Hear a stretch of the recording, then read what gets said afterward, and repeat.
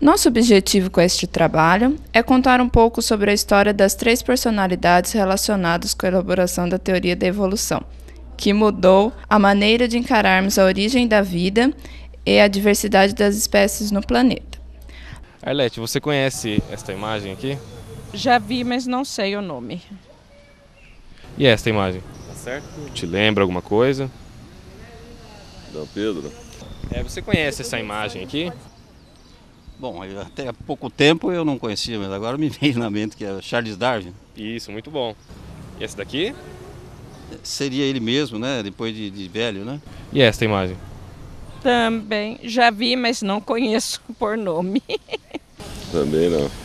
E essa montagem aqui? Sim, essa montagem mais ou menos mostra que o pai da evolução do ser humano, né?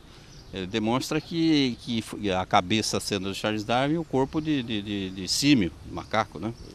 Então a evolução do ser humano seria isso. Você conhece essa teoria? Conheço. É o acontecimento, o começo, né, do homem, né? Começou pelo macaco e transformou no homem.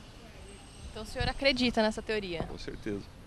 Alguma coisa para a senhora? Começamos que falam que a gente vem do macaco, né? Aqui começa e vai até chegar o homem. Isso eu já vi em desenho. E o que a senhora acha dessa teoria? Eu acho certo, eu não discuto sobre isso, eu não fico muito falar que foi da Bíblia, de Adão, eu acredito mais na ciência. Bom, esta é a evolução talvez através dos séculos, né? Que viemos do macaco, ele caminhava nas 4 patas e foi se erguendo de acordo com os milênios que vieram até ficarmos erectos. Isso. Né? E aprimorar a inteligência, não é verdade?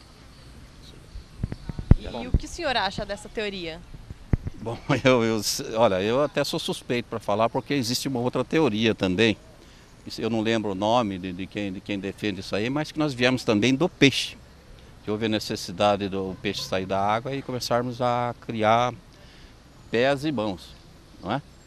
Mas eu gosto mais dessa aí, da evolução do ser humano como símio. Já visto que o símio é um animal inteligente, né? E aceita muito as instruções, né? O cérebro dele é grande e parece que ele realmente está certo, no caminho certo, né? Porque a gente ouve histórias da Era da Pedra, né? E assiste filmes, quer dizer, é realmente isso. O símio tem membros, né? Mãos e pés. E nós também temos mãos e pés. Cabeça igual, semelhança, não é verdade? Então, eu acredito que sim, o caminho é esse mesmo. Posso defender mais um pouquinho a minha tese? Pode.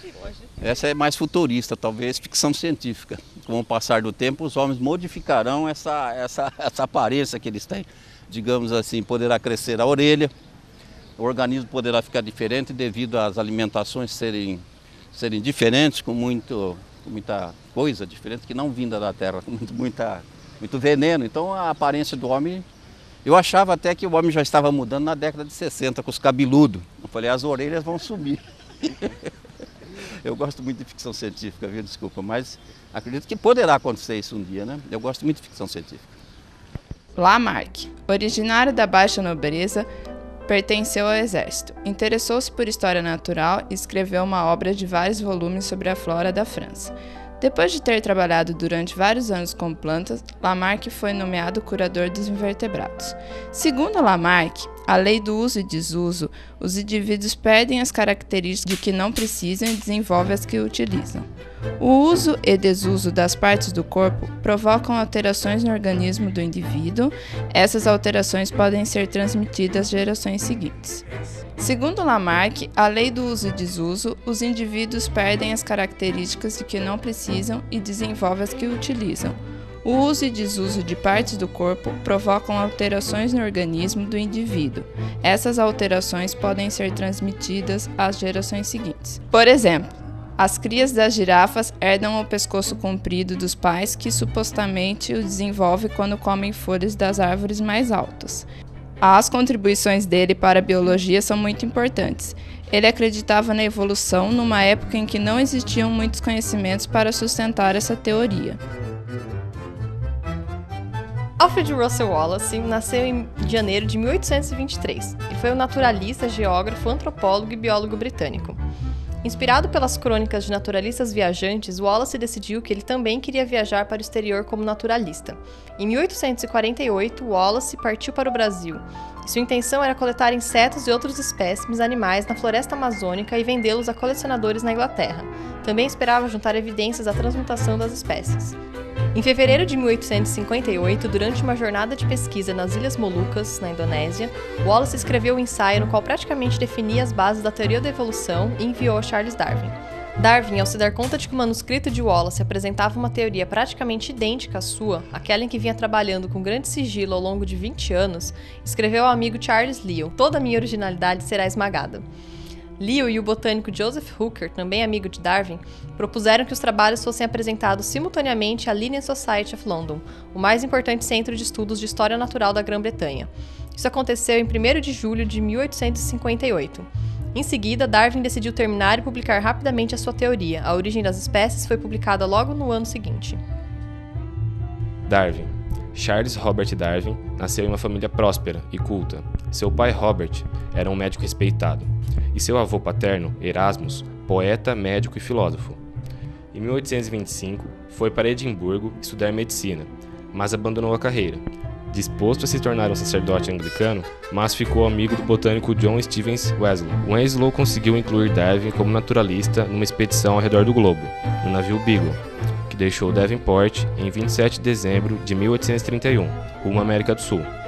Foram 4 anos e 9 meses de pesquisas.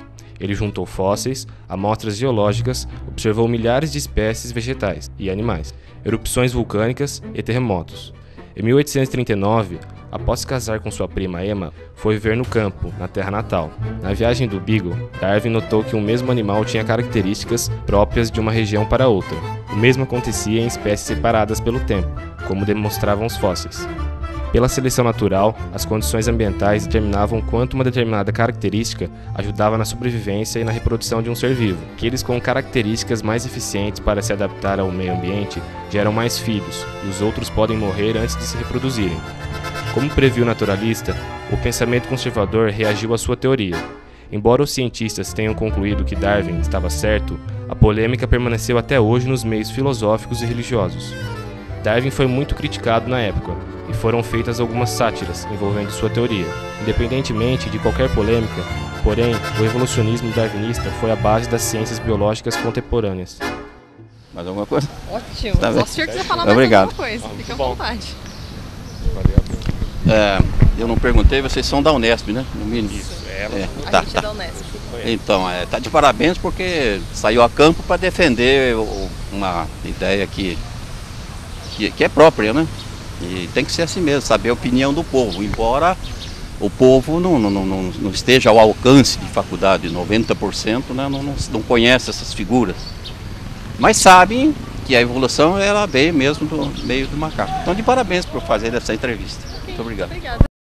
Our whole universe was in a hot, dense state that nearly 14 billion years ago expansion started. Wait, the earth began to cool, the autotrophs began to drool, Neanderthals developed tools, we built a wall. We built the pyramids, math, science, history, unraveling the mystery that all started with a big bang.